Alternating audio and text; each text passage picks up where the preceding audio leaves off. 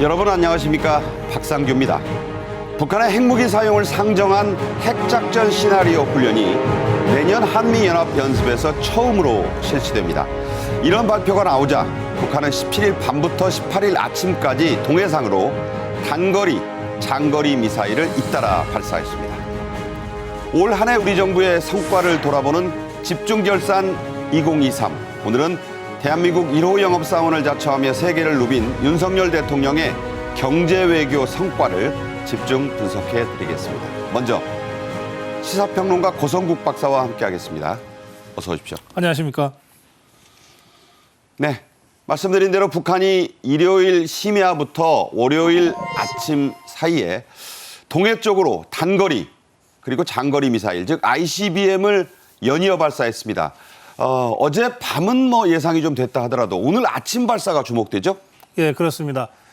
어젯밤 10시 반경에는 이제 평양 순안에서 동해상으로 한 530km 정도 날아간 단거리 탄도미사일을 발사했습니다. 네. 그러니까 단거리건 중거리건 장거리건 탄도미사일은 전부 다 유엔결의 위반입니다. 그렇죠. 일단 단거리 미사일을 발사하고 그리고 오늘 아침 8시 반경에 대륙간 탄도미사일입니다. ICBM. 그렇죠. 이거를 발사했는데 이걸 정상각도로 발사하면은 이제 1000m 이상 날아가서 미국 근처에서 떨어지는데 서해까지 가죠. 이거를 네. 이제 고각 발사를 했어요. 높이 올라갔다가 이렇게 떨어지는 거니까 한 1000km 정도 날아갔다가 1시간 후쯤에 떨어진 것 같아요. 이거는 이제 우리 합참의 발표 그리고 일본 그 방위성의 발표가 같이 나와 있습니다. 네. 그런데 이제 이 두 개의 이 탄도미사일을 발사했는데 이 단거리 탄도미사일은 우리나라나 일본에게는 직접적인 위협이지만 미국에게는 직접적 위협은 아닙니다. 그렇지요. 예.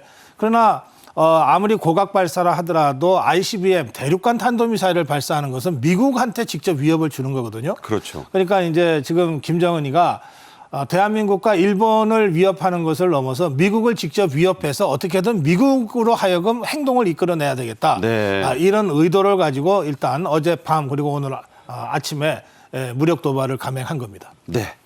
자, 북한이 이렇게 심야에 그리고 몇 시간 있다가 또 아침에 미사일 도발을 잇따라 감행한 가장 큰 이유. 한국과 미국이 지난 15일 미국의 워싱턴 DC에서 개최한 NCG, 즉 핵협의그룹의 2차 회의 때문인 것으로 분석이 되는데요. 자, 이 회의에서 한미 두 나라 확장 억제 실행력 강화 그리고 대북 경고 메시지를 구체적으로 담은 공동성명을 발표했습니다. 자, 그 핵심 뼈대 좀 추려 주시죠. 네, 지금 이 화면에도 나오는데요. 매우 중요한 그 합의가 4가지가 있었는데 지금 이 자막에 일단 중요한 3가지가 지금 제시되어 있습니다. 일체형 확장 억제라고 되어 있습니다. 네. 그러니까 이건 뭐냐면 그동안 해구사는 미국이 주로 사용하는 거였어요. 그렇죠. 우리는 이제 말하자면 일종의 방관자처럼 미국의 처분을 기다릴 수밖에 없는 것이었는데 미국이 우산 씌워주면 받는 사람이죠. 예, 그렇습니다. 그런데 이제는 한국과 미국이 동시에 핵과 관련된 작전을 할 수 있게 됐다는 겁니다. 그런 의미에서 일체형이라는 말을 쓰는 거고요. 네네. 그다음에 이제 두 번째는 이거를 이제 구체화하기 위한 매뉴얼을 이제 한미 양국 간에 이제 작성하겠죠, 앞으로. 그다음에 이제 두 번째는 뭐냐면 이게 핵이 직접 실전에 사용될 경우에는 그야말로 분초를 다투지 않겠습니까? 그렇죠. 그럴 경우에 핵무기 발사 버튼은 최종적으로 미국 대통령이 갖고 있습니다. 그리고 우리나라 대통령과 미국 대통령이 신속하게 협의해서 공동 대응으로 가야 되지 않겠습니까? 그렇죠. 이걸 하기 위한 한 라인을 미국 대통령과 한국 대통령 사이에 구축을 했습니다. 그러니까 이거 이제 직접 전화선을 놓는 건 아니고 스마트폰이죠. 네, 스마트폰으로 양쪽에 비화기 스마트폰을 이미 배치했다고 발표를 했어요. 물론 중국이나 소련, 러시아나 북한이 어떻게든 이걸 도청하려고 하겠지만 일단 비화기 기술은 우리 쪽에 앞서 있기 때문에 네네. 이 보안을 아주 철저하게 하는 윤석열 대통령과 바이든 대통령 또는 미국의 정권이 바뀌더라도 그 미국 대통령과 대한민국 대통령이 핵 위기 상황에 직접 통화할 수 있는 그래서 바로 결정할 수 있는 그런 그 한 라인을 구축하기로 했다는 것이고요. 위성 스마트폰인 거죠? 예, 그렇습니다. 그다음에 이제 세 번째는 이게 굉장히 중요한데요. 당장 내년 8월에 그 을지 포커스 을지 방어 프리덤 훈련 쉴드. 예. 을지 방어 훈련이 이제 있는데 그 방어 훈련에 그 핵무기를 북한이 사용할 것을 전제로 한 실전적인 핵 대응 훈련을 함께 하기로 했습니다. 처음이죠, 그건. 이게 처음입니다. 그러니까 이게 이제 북한이 핵을 사용할 것을 가상한 훈련을 한번 진짜로 해본다는 건데 네. 이거는 크게 두 가지 단계로 나눠서 아마 구현이 될 거예요. 네. 첫째는 북한이 핵무기를 사용할 징후가 확실히 있을 때 우리 입장에서는 이른바 핵 징후가 확실할 때에 그 선제 타격하는 거 있지 않습니까? 킬체인. 삼축. 네. 이거를 한번 한미 양국이 실전에서 해본다는 것이고 그렇고요. 두 번째는 네.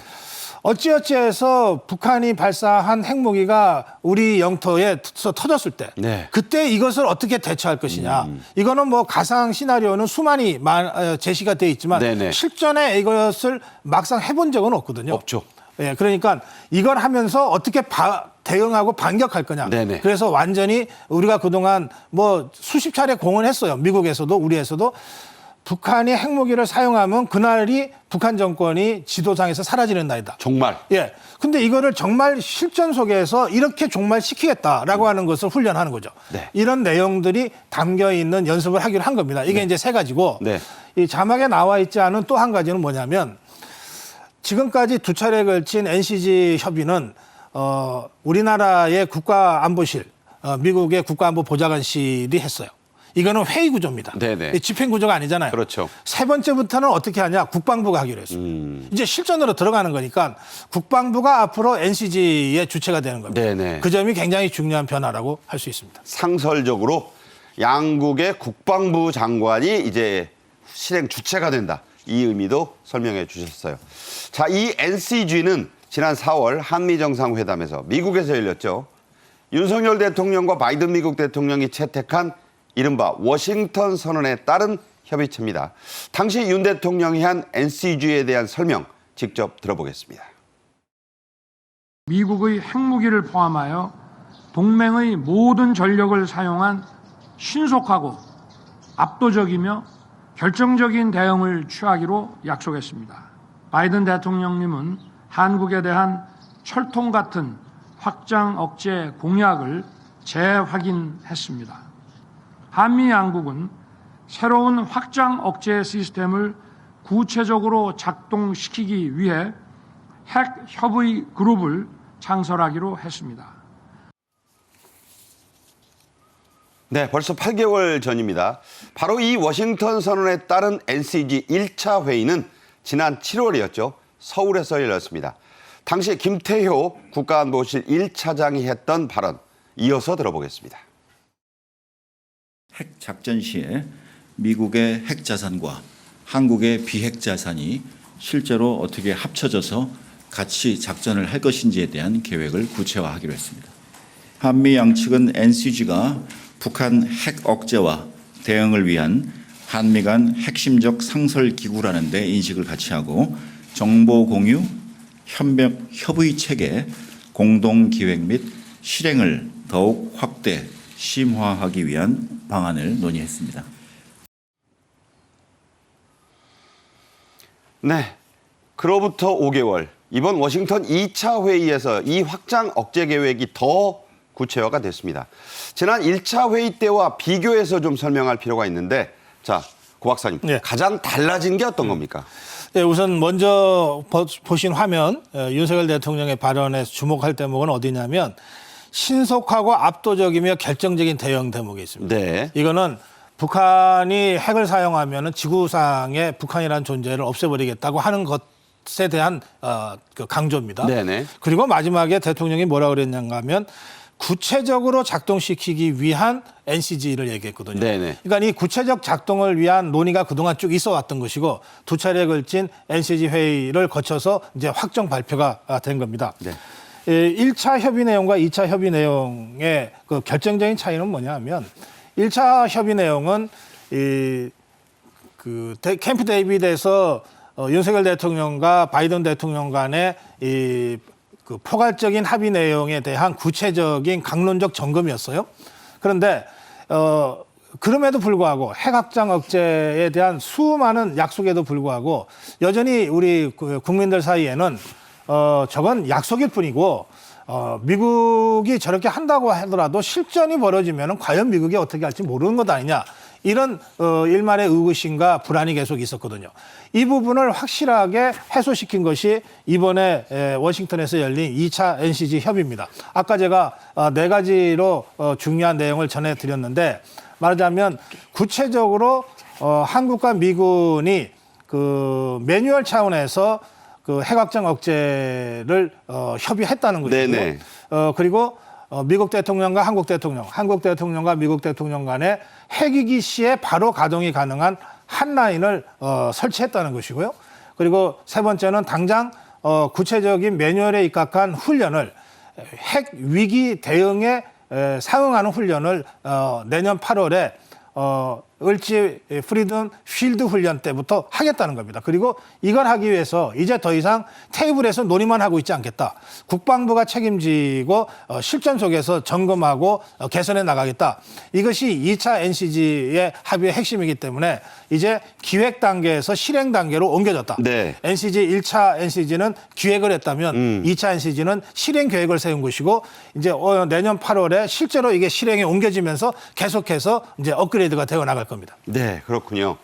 자, 앞서 여러분께도 설명을 드린 한미 두 나라 대통령이 갖고 있는 이미 지급됐다고 보도된 핵 전용 위성 휴대폰 얘기를 좀 하겠습니다.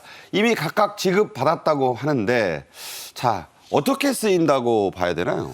이게 이제 미국 대통령과 한국 대통령이 뭐 사실은 수시로 통화하고 있습니다. 하고 있는데 이게 통화를 할 때 윤석열 대통령이 직접 바이든 대통령한테 전화 눌러갖고서 통화가 되는 건 아니잖아요. 그렇지는 않겠죠. 예, 상당한 절차를 거쳐서 이렇게 연결이 되거든요. 그런데 지금 이렇게 그 윤석열 대통령과 바이든 대통령한테 이미 설치가 됐다고 하는 이 휴대폰은 네네. 아마 누르면 바로 바이든 대통령이 받게끔 돼 있을 겁니다. 그러니까 우리가 잘 아시는 대로 미국 대통령은 어디를 가건 간에 핵 버튼 가방을 그 가장 가까운 비서가 들고 다니지 않습니까? 그렇죠. 핵가방이라고 예, 부르는. 핵가방을 들고 다니지 않습니까? 비행기 탈 때는 비행기에도 같이 가고 그러지 않습니까? 네네. 아마도 이 전화기도 그 핵가방 들고 다니는 사람이 같이 들고 다닐 가능성이 매우 높아요. 그 안에 들어갈 가능성이 높죠. 예, 그렇습니다.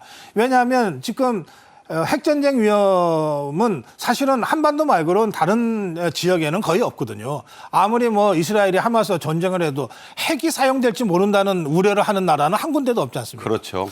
지난번에 우크라이나 전쟁 때 푸틴이 핵을 쏠지도 모른다는 얘기가 있었지만 그건 그냥 낭설이었고 네네. 그건 그럴 가능성은 거의 없거든요.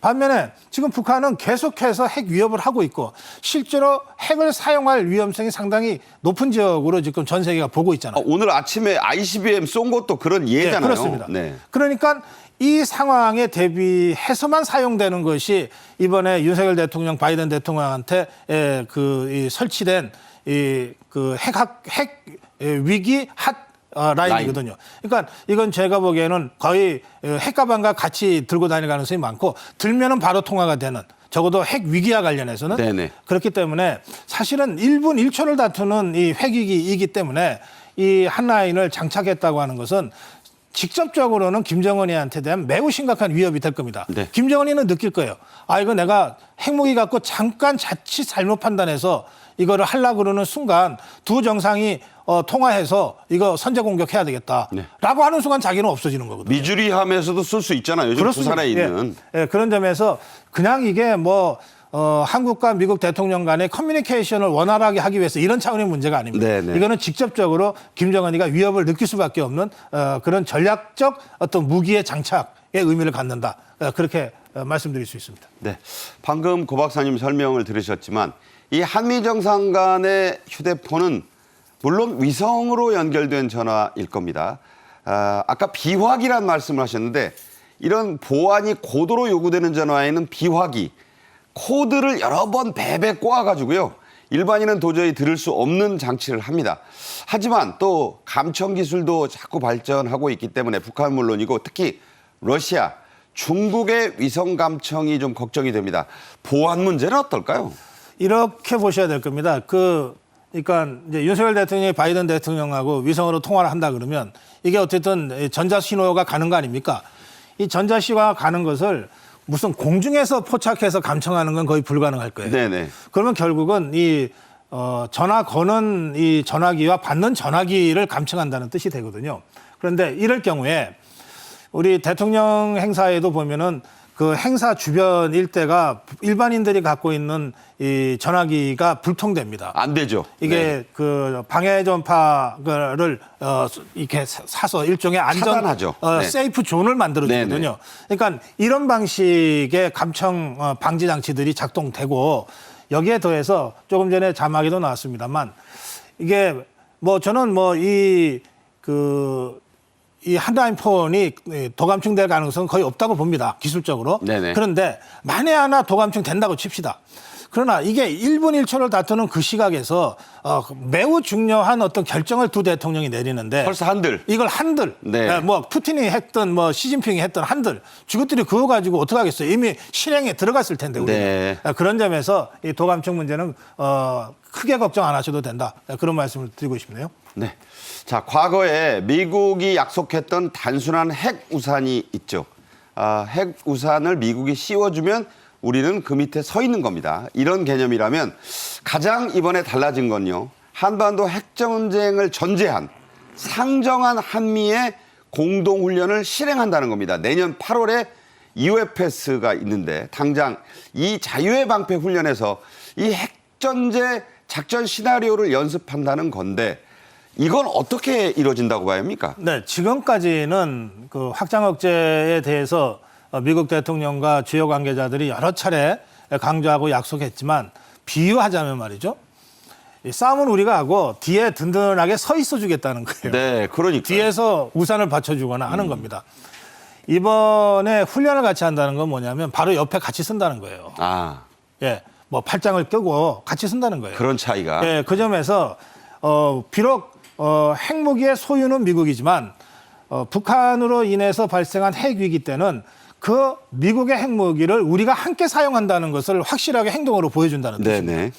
그러니까 그동안 우리가 뭐 핵공유라고 하는 개념도 나왔고 그다음에 핵공유로도 안 된다. 뭐 전술핵 재배치나 아예 자체적으로 핵무장을 하자. 네. 이런 많은 얘기들이 나왔을 때 그렇죠. 윤석열 대통령이 캠프 데이비드에서 합의를 하면서 핵 주권이라든지 전술핵 배치 얘기는 이제 더 이상 할 필요가 없다 이랬어요. 그때 많은 분들이 그거 진짜 믿어도 되냐 그랬단 말이에요. 그러니까요. 예, 그리고 한국형 핵공유도 아니다라고 얘기를 하면서 그럼 미국의 약속만 믿고 그냥 가라는 거냐 이랬는데 이제 그것이 그냥 약속이 아니라 실제로 미국과 한국이 팔을 함께 하고 손을 잡고 공동으로 대응한다는 의미에서의 실행형 핵 확장 억제 전략이다라고 하는 것을 구체적으로 지금 구현하고 있거든요. 그 점에서 우리 미국의 핵 확장 억제 전략을 확실하게 신뢰해도 괜찮겠다. 이제는 많은 국민들이 좀 의심도 풀리고 의구심도 해소되지 않을까 그렇게 저는 기대합니다. 네. 방금 자막으로도 계속 나가고 있었지만 또 하나 주목할 점이요. 지난 11월에 워싱턴, 즉 미국의 이 고위 핵 전문가들이 우리나라에 와서 범부처, 뭐 국방부뿐만 아니라 여러 부처 우리 관계관들에게 강의를 했다고 하는데 이게 이제 핵 IQ를 증진시킨다 이런 말이 나오는데 예. 그러니까 우리나라 사람들이 이 핵에 대해서 특히 이 공무원들이 뭐 그분들 무시하는 게 아니라 진정한 핵 마인드가 안 돼 있다 이런 얘기인데 이걸 미국이 지금 강의를 해줬다는 거잖아요. 그렇습니다. 이건 어떤 의미가 있을까요? 그러니까 미국이 가끔 이제 이런 거를 꼭 필요할 때 합니다. 뭐 태평양 사령부를 공개를 한다든지 또는 펜타곤을 공개를 한다든지 그야말로 그 지하 벙커를 보여준다든지 이런 식으로 해서 미국이 북한의 도발에 대해서 어떻게 실전적 준비가 돼 있다고 하는 것을 네. 보여주기도 하고 그러니까요. 또 미국의 그 핵무기 개발 상황을 아주 구체적인 사진 자료를 가지고서 설명을 해주기도 해요. 이게 미국이 앞서가 있는 정보 자산들을 가지고 이렇게 하는 거거든요. 네. 그런 것도 일종의 교육이라고 할 수 있습니다. 그렇군요. 지금 우리가 핵해서 우리가 핵에 대해서 뭐 많이 잘 알고 있는 것처럼 생각하지만 실제로는 핵이라고 하는 것은 우리가 가져본 적도 없고 개발하려고 했던 적도 없고 그래서 실제로는 핵에 대해서 잘 몰라요. 그러니까요. 예, 그러니까 정말로 주요한 이 관계자들에게는 실제로 핵이 어떻게 만들어지고 어떻게 보관이 되고 이게 어떻게 실전에 배치가 돼 있고 그리고 이것이 사용될 때 어떤 방식으로 사용이 돼서 그 사용 후 결과가 어떤 식으로 나올 것인지에 대한 전체적인 프로그램을 교육하는 것은 굉장히 중요하죠. 그 핵 IQ란 말이 재밌어요. 그래서 핵 IQ란 말이 나온 거예요. 네. 김태호 차장이 아주 재미있는 말을 썼습니다. 우리가 핵에 대해서 많이 알고 있는 것 같아도 실제로는 잘 모를 수 있다. 그러니까 오펜하이머 영화만 보는 정도의 지식 가지고는 안 된다는 그렇습니다. 거죠. 네, 네. 그래서 실전적으로 지금 핵이 어떻게 가동되고 움직이고 있는가. 예를 들어서 우리가 뭐 핵 잠수함이다, 핵 항공모함이다, 그다음에 핵폭탄을 투여할 수 있는 전략 폭격이다. 이렇게 우리가 명칭도 알고 그들의 그 이동도 알지만 실제로 그게 어떻게 작동되는지는 모른단 말이에요. 무지하죠. 본 적도 없단 네. 말이에요. 그러니까 그런 점에 관해서 우리 정부의 실무 책임자들한테 교육을 시키겠다는 거니까 이것도 또한 굉장히 중요한 핵 정보 공유다. 그렇게 말씀드릴 수 있습니다. 네. 이 워싱턴 공동성명에서는 또 앞으로 미국 전략 자산들의 한반도 전개 계획에 대한 논의도 있었습니다. 실제로 지금 미국의 핵 추진 잠수함인 미주리가 부산 작전기지에 들어와 있습니다. 자, 이 부분은 김정은에게 대한 경고일 뿐만 아니라 이번 그 발표 네. 또 어젯밤과 오늘 사이에 북한의 미사일 도발과 관련해서 굉장히 중요한 의미를 띠겠죠? 그렇습니다. 이게 이제 NCG 1차, 2차 회의를 통해서 핵 확장 억제 전략이 이제 구체화되고 있는데 미국이 가장 먼저 움직였던 것은 이런 NCG 회의가 아니라 이 전략 무기를 전개하는 것이었어요. 그렇죠. 그래서 미국 대통령의 입장에서도 거듭해서 해구산 확장 전략을 약속을 해도 대한민국 국민들 중에 계속해서 우려와 의심이 있다는 것을 모를 수가 없잖아요. 그렇죠. 그 의심과 의구심을 해소하기 위한 가장 손쉬운 방법이 핵무기, 핵전력을 전개하는 거죠. 네. 그래서 여러 차례에 걸쳐서 작년부터 올해까지 여러 차례에 걸쳐서 핵 추진 항공모함이 우리 이 항에 기항을 하고 사실은 은밀성이 굉장히 중요한 생명이기 때문에 핵 잠수함은 웬만해서는 공개를 안 하는데 그렇죠. 핵 잠수함까지 기항을 한 것을 보여주잖아요. 저렇게 뭐 다 그러니까 공개했어요. 네. 그리고 이제 전략 폭격기들이 계속해서 우리나라 공군과 합동 훈련을 하면서 직접 우리 공항에 내렸어요. 네. 내리고 그걸 또 공개를 했어요. 그러니까요. 그러니까 이 정도로 미국이 정말로 확실하게 보유하고 있는 자신들의 유일한 독점적 강점이라고 하는 이 전략 무기들을 대한민국에는 다 공개하고 있는 거예요. 그걸 통해서도 확장 억제가 확실하게 행동화될 것이다라고 하는 것을 우리 정부와 국민들한테 메시지를 주는 것이고 더 나아가서 김정은이하고 시진핑한테 계속해서 경고 메시지를 네. 주는 겁니다. 실질적인 지금 경고를 하고 있다. 자, 우리나라와 미국이 핵전략 기획과 운영에 대한 총체적 지침을 내년 6월까지는 완성하기로 합의했습니다. 다소 속도가 좀 빠르다는 얘기가 나오는데 내년 11월에 미국의 대선이 있습니다. 여기서 지금 트럼프 전 대통령의 복귀 얘기가 실제로 나오고 있고 지금 여론조사상으로는 그게 뭐 아주 없는 얘기가 아니에요. 그런 얘기도 나오고. 자, 이 부분 네. 속도를 내고 대못을 박아서 다음에 혹시 트럼프 대통령이 나와도 이걸 못 움직이게 하겠다. 이런 얘기 아닌가요? 네, 그렇습니다. 미국 대선은 언제 봐도 박진감 있는 승부기 때문에 모르죠, 아직은. 누가 될지는 아무도 예측할 수가 없어요. 그런데 우리 입장에서는 누가 되든 대한 방위 공약, 핵 확장 억제라고 하는 것만 확실히 지켜지면 일단 되는 것 아닙니까? 네. 그래서 말씀하신 대로 6월까지 완성하고 그다음에 아까 제가 말씀드린 대로 8월에 그 을지 프리덤 실드 훈련에 이걸 실전으로 전개를 해본다는 그렇죠. 거니까 이렇게 되면 더 이상 되돌릴 수 없게 됩니다. 얼마 전에는 미 의회가 국방 수권을 또 통과시켜서 28,000명 이하로 미군 감축을 함부로 할 수 없도록 하는 것도 통과시켰어요. 그러니까 주한미군 당분간 그대로 간다. 그대로 간다는 것을 통과시켰습니다. 그러니까 이런 안전장치들이 계속해서 지금 만들어지고 있어요. 네. 그 점에서 대체로 우리가 미국 대선을 볼 때 누가 되면 우리 방위에 부담이 되겠냐 또는 우리 경제에 부담이 되겠냐 이런 식으로 자꾸 계산을 할 수밖에 없는데 매번 나오는 얘기였죠. 그러나 적어도 방위 문제에 관해서 한미 동맹이라고 하는 문제에 관해서는 바이든이 재선을 하건 트럼프가 다시 복귀를 하건 전혀 흔들리지 않는 미국의 핵 확장 억제 전략이 현실화되고 전개된다. 네. 이건 되돌릴 수 없다. 이런 의미에서 미국 바이든 행정부가 6월에 그것을 종료하고 8월에 한번 훈련을 함으로써 이것을 확실하게 기정사실화 시키겠다. 이런 의도를 갖고 있다. 그러니까 대선 그렇게 평가할 수 캠페인 있습니다. 들어가기 전에 네. 모든 걸 다 못을 박아놓겠다. 다 마무리하겠다. 네, 예, 그렇게 그런 뜻. 이해하면 되겠습니다. 예. 자, 고성국 박사님의 설명이었습니다. 잘 들었습니다. 고맙습니다. 이어서 다음 주제로 가겠습니다. 오늘부터 닷새간 집중결산 2023을 보내드립니다. 오늘은 그 첫 순서로 지난 1년에 걸쳐 이루어진 대한민국 1호 영업사원의 경제 세일즈 외교 성과를 집중 분석해드리겠습니다. 먼저 영상으로 보겠습니다.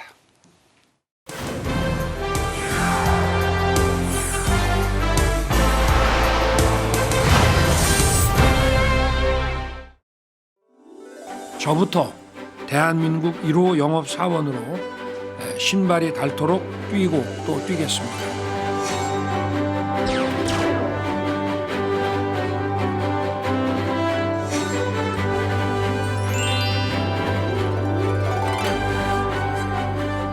첫째도 경제, 둘째도 경제, 셋째도 경제입니다.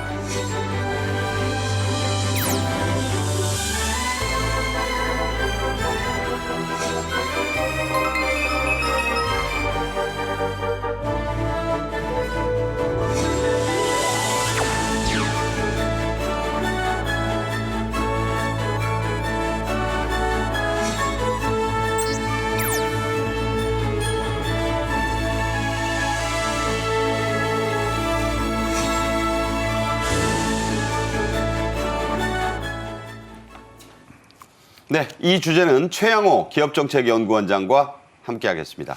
자, 어서 오세요. 네, 반갑습니다. 네. 윤 대통령은 올해 첫 국무회의에서 제1호 영업사원으로 경제를 더 잘 챙기겠다고 했었죠. 그 모습부터 보겠습니다. 경제사절단과 함께하는 자리에서도 말씀드렸듯이 저부터 대한민국 1호 영업사원으로 신발이 닳도록 뛰고 또 뛰겠습니다. 앞으로 재임 중에 대한민국 국민과 기업이 진출해 있는 모든 나라의 정상들과 만나고 국민과 기업을 뒷받침할 것입니다. 경제인 여러분, 정부와 기업은 원팀입니다. 어렵고 불합리한 일이 있다면 언제든지 말씀해 주십시오. 우리 기업의 수출과 수주에 도움되는 일이라면 뛰고 또 뛰겠습니다. 네, 저렇게 얘기한 지 길게는 1년, 짧게는 서너 달이 지났습니다. 자, 윤 대통령의 숨가쁜 국빈 방문 또 세일즈 순방은 국무회의에서 흘렸던 코피로도 대변이 되는데요. 이게 9월 25일이었습니다. 자, 한번 그 숨가쁜 외교 스케줄 달력으로 한번 정리해 보겠습니다. 한번 해주시죠. 네, 1월 달에 이제 UAE에 국빈 방문을 이제 가시면서 시작을 했고요. 가신 김에 이제 스위스 다보스 포럼에서 갑니다. 스위스 다보스 포럼에서 뭘 마시면 전 세계를 향해서 내가 대한민국 영업사원 1호다 말씀하시고 3월, 4월, 2월 달은 건너뛰었습니다만 일본, 미국 또 다시 일본으로 가면서 한미일 굉장히 공조를 갖췄으면서 다니셨고요. 6월 달에 이제 총회 참사에 직접 발표를 하신 부분 그리고 이제 유럽 쪽으로 가신 다음에 7월에는 또 깜짝 방문이 있었죠. 우크라이나에 잠깐 27시간 동안 가신 게 있었고요. 그다음에 이제 8월부터 다시 한미일 정상회담에서 캠프 데이비드 선언이 나왔고요. 9월 달에는 G20, 그다음에 10월 달에 또 중동, 그리고 11월엔 미국에서 에이펙 정상회담 등등 하면서 마지막으로 반도체의 성과를 갖고 오는 네덜란드 국빈 방문이 있었고요. 9월 달, 11월 달은 2번이나 해외 순방을 가지셔서 굉장히 많은 13회 15개 국가의 순방이 있었습니다만은 상반기에는 굉장히 양자회담이 많았고요. 후반기에는 다자회담들이 많으면서 굉장히 폭을 넓혀갔던 그런 순방역이었다고 보여집니다. 자, 올해만 13번이었고 중복을 빼고는 뭐 또 8번 이상이었고 네. 그다음에 7개 나라가 국빈 방문이었다. 이 국빈 방문의 의미가 또 일반 실무 방문이나 그런 것도 다르잖아요. 또 미국 방문이 4번으로 가장 많았네요. 네, 그리고 뭐 일본도 2번, 그다음에 프랑스에도 2번 가서 직접 이제 발표도 하시고 있는 부분들이 있었습니다. 전체적으로 보시면요, 굉장히 외교 안보적인 그런 부분도보다 눈에 띄는 건 뭐냐면요. 중축, 글로벌 중축 국가라는 부분들에 굉장히 방점을 많이 찍고 갔습니다. 자, 글로벌 중축 국가는 건 뭐냐면 우리가 아젠다를 이제 만들어서 가고 규범에 맞춰서 전 세계에 어떤 나아갈 수 있는 방향을 제시한다는 새로운 개념이었지만 굉장히 잘 된 부분들이 보여지고요. 올해만 보시면요, 굉장히 재미난 게 뭐냐면 선언들이 많아요. 네. 그 외교는 선언, 문장으로 남아야 되거든요. 그래서 워싱턴 선언부터 해서 한미일 뭐 관계 개선하는 부분, 그다음에 캠프 데이비드 선언, 그다음에 다우닝가의 성명까지 계속적으로 남기면서 이것들을 구체화하는 작업들이 계속된 한 해였다고 보여집니다. 네. 9월 25일에 그 비공개 국무회의에서 코피 쏟은 건 물론 비공개였기 때문에 뭐 그림이나 촬영 사진은 없습니다만 국민들 사이에서 화제가 많이 됐죠. 그렇죠. 그 정도로 해외 순방이 굉장히 뭐 비행기 안에서 주무셔야 되고 여러 가지 이제 문제 있고 또 시차라든가 또 음식도 뭐 많이 안 맞을 텐데 하는데요. 사실 대통령께서는 염두에 뭐를 두시냐면은 사실 우리나라가 무역 의존도가 90%까지 올라가는 나라입니다. 그래서 이러한 정상 순방에게야말로 우리나라 기업들이 해외 시장을 공략할 수 있는 플랫폼 중에 플랫폼이거든요. 네. 그거에 대해서 첫째도 경제요, 둘째도 경제도, 셋째 경제라는 그런 인식을 가지면서 경제가 곧 안보로 이어지는 그러한 전체 선순환적인 생태계를 만드는데 좀 큰 박수를 보낼 수밖에 없는 그런 아주 격한 그리고 굉장히 힘찬 그리고 성과 있는 그런 1년간의 순방이었지 않나 이렇게 보여집니다. 네. 자, 이 순방의 특징이 있습니다. 순방 일정 대부분에 이재용, 최태원, 구광모 등 굴지의 대기업 총수들이 함께 한 거죠. 실질적인 성과를 현장에서 직접 반영해서 높인 것도 특징이고 이재용 회장 전부 따라갔었네요. 다 따라가고요. 네. 뭐 이제 평균적으로 보면은 이제 7분의 이제 총수들이 이제 같이 동행을 했는데 과거 보면 1.5명, 2.4명 그다음에 그 전에는 이 정경유착이라는 또 단어 때문에 뭐 안 데려가는 부분들도 많았습니다만은 말씀드린 대로 정상 순방외교는요. 이제는 G2G가 아니고 G2B거든요. G2B. 국가와 그다음에 이 기업들이 함께하는 자리를 만들어주는 거거든요.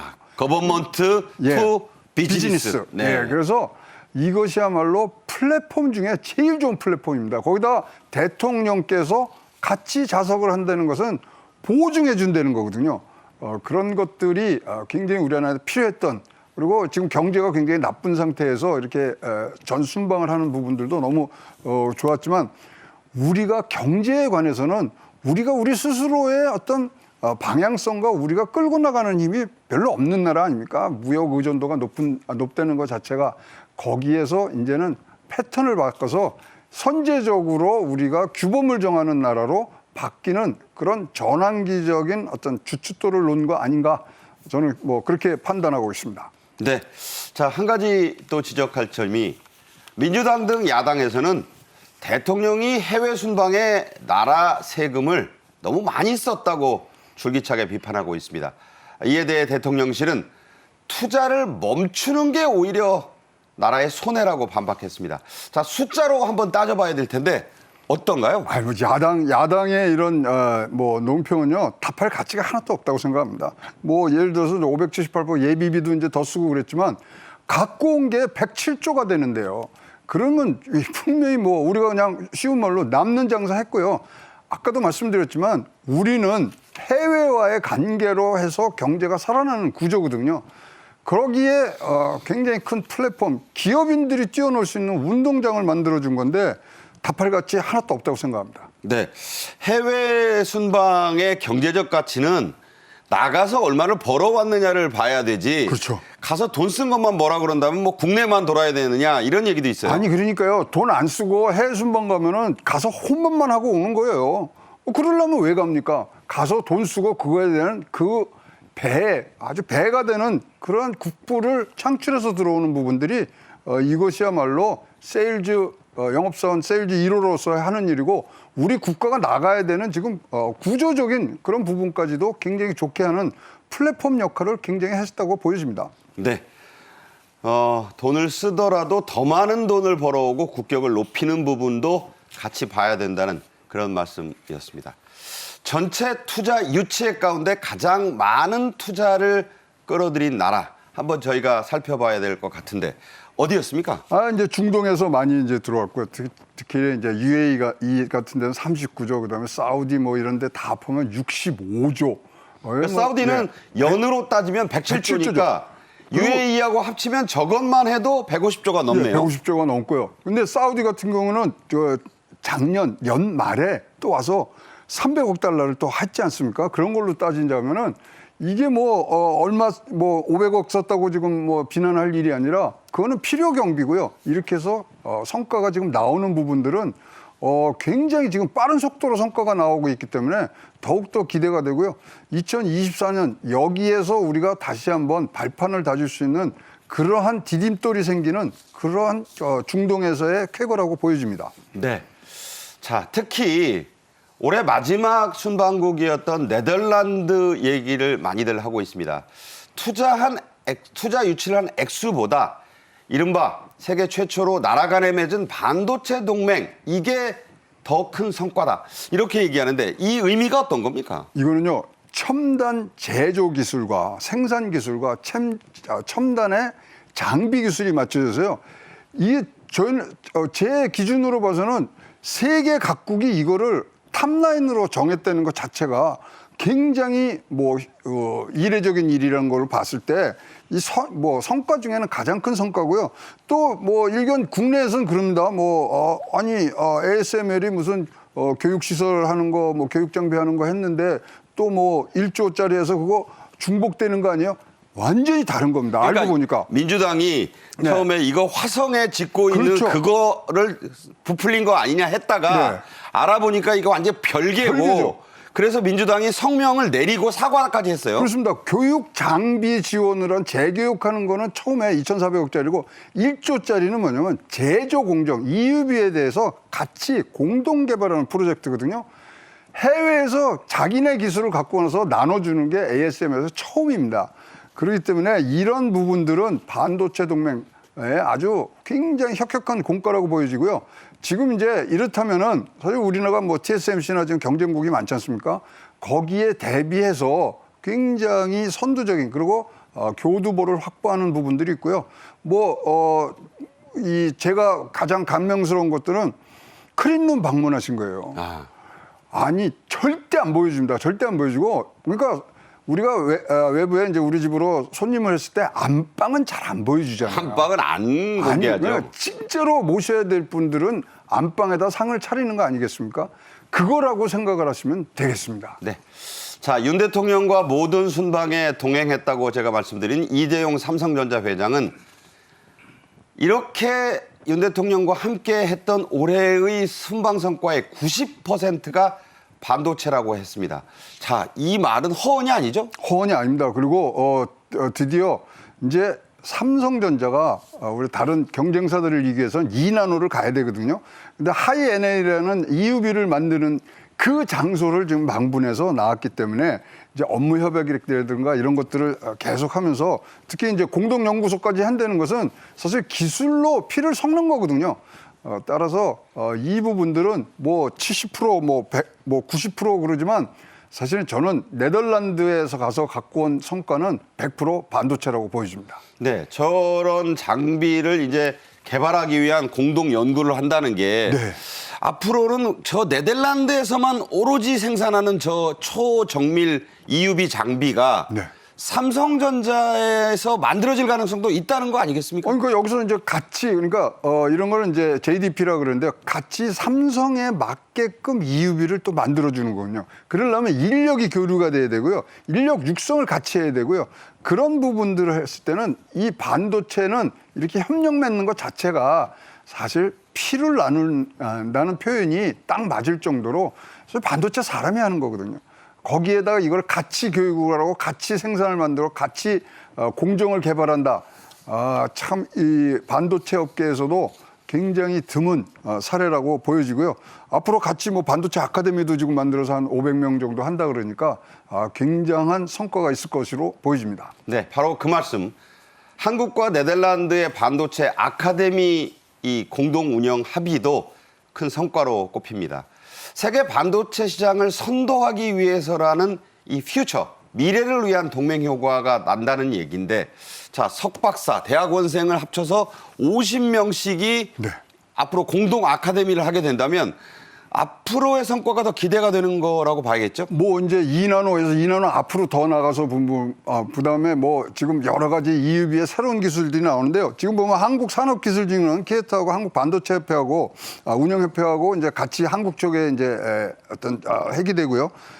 네덜란드는 아인트호벤 공과대학과 ASML이 같이 해서 25명씩 그러면 뭐 많을 때는 50명까지 지금 같이 교육을 시킨다면 그 교류하는 과정에서의 기술 증진 또는 기술적인 교류, 혈맹, 반도체 혈맹이 여기서 이루어지는 것입니다. 2028년이면은 이제 내년부터 따져서 4년인데 그렇습니다. 한국 네덜란드의 최첨단 인력이 무려 800명이 배출이 된다면 이게 뭐 대단한 거 아니겠습니까? 이건 뭐 세계의 어떤 독보적인 기술적인 협력과 부분들이 지금 생겨나는 거고요. 뭐 이거 말고도요. 세계의 3대 장비 업체가 다 한국에다 연구소를 내요. 어플라이드도 그렇고 램 리서치도 그렇고 SML하고 그러니까 한국이 새로운 제도 공정의 진짜 허브가 될 수 있는 좋은 기회가 왔다고 생각을 합니다. 네.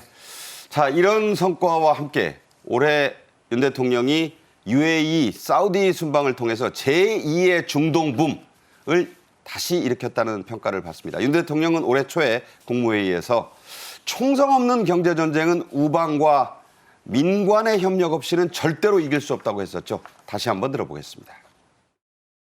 총성 없는 경제 전쟁이 벌어지고 있는 글로벌 시장에서 기업이 혼자 싸우도록 놔둘 수가 없습니다. 안보, 경제, 첨단 기술에 관한 협력이 각 국가들 사이에서 패키지로 운영이 되면서 정부 역할이 그 어느 때보다 중요합니다. 정부와 민간이 한 몸이 되어 뛸 수 있도록 모두 함께 노력해 나가야 되겠습니다.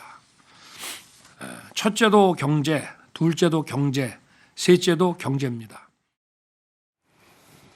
네, 특히 사우디의 사실상 국왕이라는 빈살만 왕세자가 약속한 네옴시티 사업 등의 각종 계약과 MOU는 1년도 안 된 짧은 시간에 벌써 60% 넘게 구체화되고 있다는 것인데 이게 중요하죠, 진척률. 예, 진척률이요. 세계 평균 우리나라 이제 정상에 가서 MOU 따가오는 거에 가장 많을 때가 15%였거든요. 진척률이. 근데 이게 지금 1년도 안 됐는데 60%를 지금 가고 있다는 것은 거의 이거는 찐이다. 진짜로 나의 진정한 파트너로서의 한국을 좀 갖고 가고 있는 부분들이 있고요. 특히 이제 사우디 같은 데는 비전 2030을 지금 뭐 국가 아젠다로서 지금 가는데 진짜 이러면 한국이 첨단 기술 쪽에 파트너가 된 거예요. 그리고 기억이 나시겠지만 빈살만 국왕이 왕세자가 윤석열 대통령께 뭐 약속한 게 있잖아요.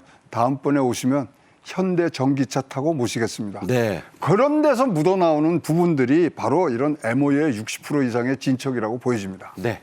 자, 끝으로 지금 현재 잔뜩 움츠려 있는 게 우리 중소중견기업 그리고 건설업계인데요. 자, 이런 제2중동붐을 타고 이 중소기업과 건설업계도 기지개를 활짝 켜려고 하고 있습니다. 해외 플랜트 수주가 내년에는 무려 300억 달러, 우리 돈으로 40조 원에 육박하는 그런 성과를 기록할 수 있을 거라고 하는데 뭐 아주 허황된 얘기 아니에요? 허황된 게 아니고 저는 뭐 가시권 안에 들어왔다고 보고요. 뭐 제2의 중동범이나 신준동범이 있습니다만은 이것이요. 저쪽에 어떤 사업이 진척되는 것을 보면은 우리가 알 수 있습니다. 네온시티 지금 잘 되고 있고요. 그다음에 앞으로 나가는 이 전체 플랫폼을 만드는 데 있어서 진정으로 지금 중동은 아주 국가의 개조 프로젝트로 이거를 진척하고 있기 때문에 더하면 더했지 지금 이거는 굉장히 보수적으로 본 숫자가 아니겠느냐 이렇게 보여집니다. 네. 자, 2024년에는 이런 그 각종 대한민국 영업사원 1호가 거둬들인 여러 가지 성과가 숫자로 나타내고 국민 생활에 직접 영향을 미칠 수 있기를 기대해 보면서 최양호 원장과의 말씀은 이만 여기서 줄이겠습니다. 잘 들었습니다. 네. 정책엔 이슈가 준비한 오늘의 소식은 여기까지입니다. 오늘도 시청해 주신 여러분 감사합니다. 내일도 집중결산 2023은 이어집니다. 고맙습니다.